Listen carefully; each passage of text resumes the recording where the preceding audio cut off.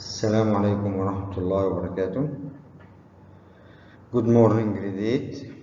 Welcome to Unit 2 Chemical Changes, Lesson 3, Part 1 of Chemical Equations.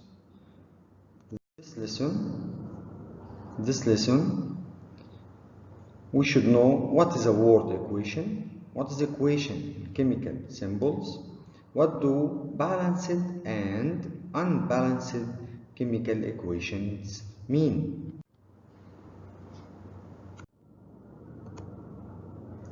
Now, the new words chemical, equation, symbol, formula, balance. Chemical equations.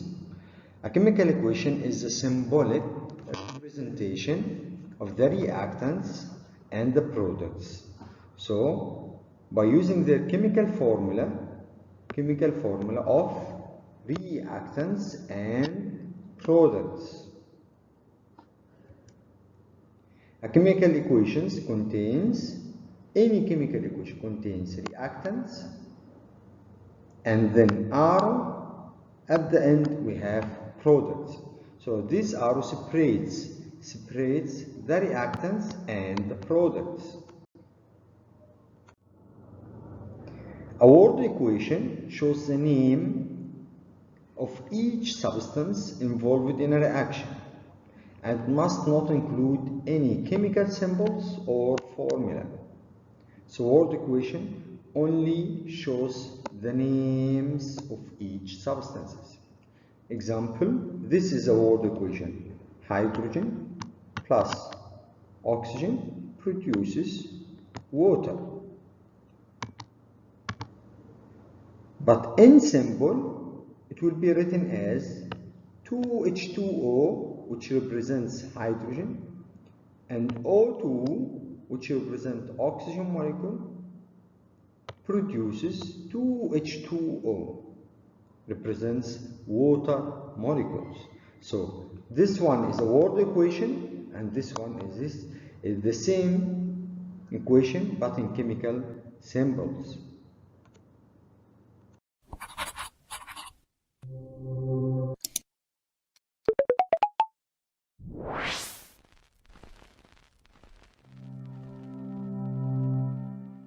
Chemical equations can sometimes look a bit daunting, especially when there are lots of different compounds and state symbols involved. But fear not, to help in this lesson about chemical equations.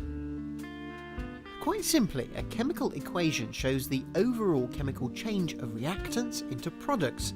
It's a bit like a detailed cooking recipe, but where all the ingredients and all the products are written down, even the ones you can't necessarily see. The reactants are what you start with, and the products are what are formed. There are two ways of writing chemical equations: word equations and symbol equations. When they are written, both types show the reactants on the left of an arrow and the products on the right. The arrow is there to show that the reaction is irreversible. If you like, it shows the direction of the reaction and that it is one way. A bit like a one-way street. You can't reverse along a one-way street, and you can't reverse an irreversible reaction. Let's look at a word equation.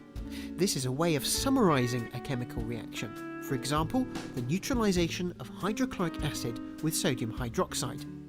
We would write sodium hydroxide plus hydrochloric acid, then the arrow, sodium chloride plus water. The plus sign indicates that there is more than one reactant or product on each side of the equation, and you'll note that the reactants are on the left and the products are on the right. We've also written this all on a single line. It makes it a lot easier to read this way. So when you write your equations, try to keep all of the information on a single line. If you can't, then the arrow becomes an important separator. The rule of reactants on the left and products on the right still applies, because if not, the equation can become a jumbled mess. A clearly written equation is always easier to understand.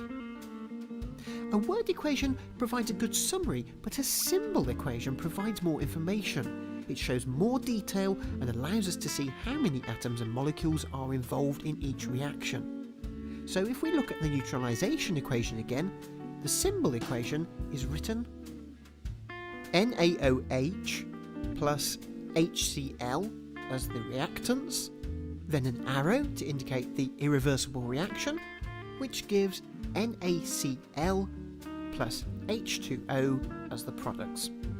The little letters in brackets are state symbols.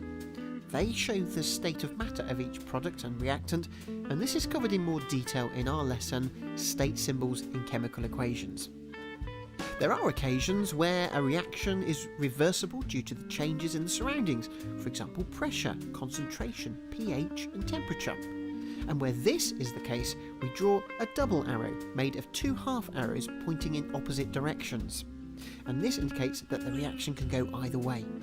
The formation of ammonia from nitrogen and hydrogen is an example of a reversible reaction. And the key thing here is that you recognise the reversible reaction by the double arrows. And you'll note some numbers in front of the hydrogen and ammonia formulae, and these are there to make the equation balance. You can find out more about this in our balancing equations lesson. And so to summarise, a chemical equation shows the overall chemical change of reactants into products. We usually write reactants on the left of the arrow and products on the right. A single arrow means that the reaction is irreversible, and two oppositely pointing half arrows means the reaction is reversible. And that completes our overview of chemical equations.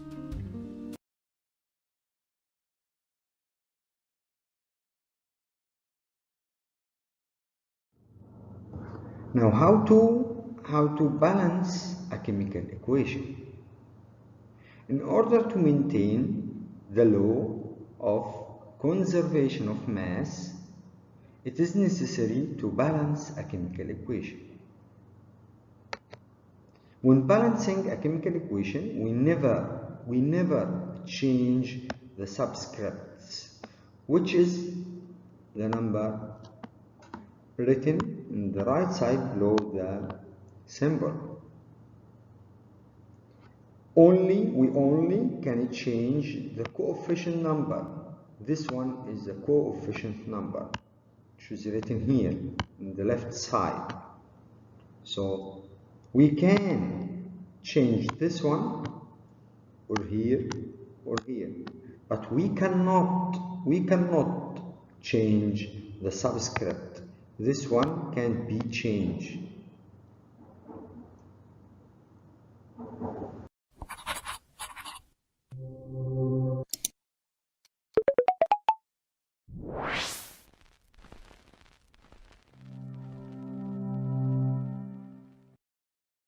In this video, you're going to learn how to balance chemical equations. The law of conservation of mass states that no atoms are lost or made during a chemical reaction.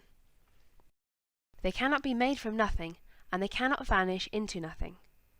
If you don't believe me, you try making an atom from nothing.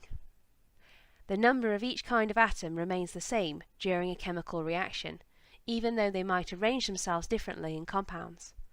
So here there are 6 oxygen atoms, and here, and here. But these are 3 different ways of arranging the atoms. Chemical reactions are all about rearranging atoms. Chemical reactions can be represented by symbol equations so long as the number of atoms on each side of the equal sign remains the same. Often, when you write out chemical reactions, the atoms do not balance straight away. You need to balance the equations to conserve atoms. You do this by putting numbers in front. Here we start off with 3 O2 molecules, 6 oxygens overall. In the formula you can work out how many atoms there are by doing 3 times the subscript or little number on the oxygen, which is 2. 3 times 2 is 6. Then we make 2 ozone molecules. The subscript is now 3, so the number at the front has to be 2, so that something times 3 is equal to 6. The big numbers at the front change everything in the formula, whereas the small subscript numbers only change the element they follow after. Until you are really familiar with using formula symbols like this, it's much easier to draw out the molecules in full, as we have done here. So Na2O has 2 sodium atoms and 1 oxygen atom, whilst SnO2 has 1 tin atom and 2 oxygen atoms. If you have 2 Na2O, you have 2 times 2 sodium atoms. That's 4 sodium atoms. But you only have 2 times 1 oxygen atoms. How many oxygen atoms are there in these compounds? Pause the video for a moment. Ready? Remember, if there is no number next to it, there's just 1, not 0.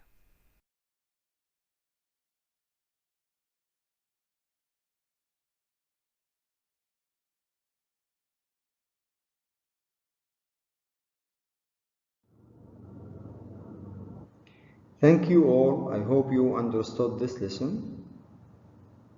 Study hard, and we will repeat this balancing in class on Thursday, inshallah. Goodbye.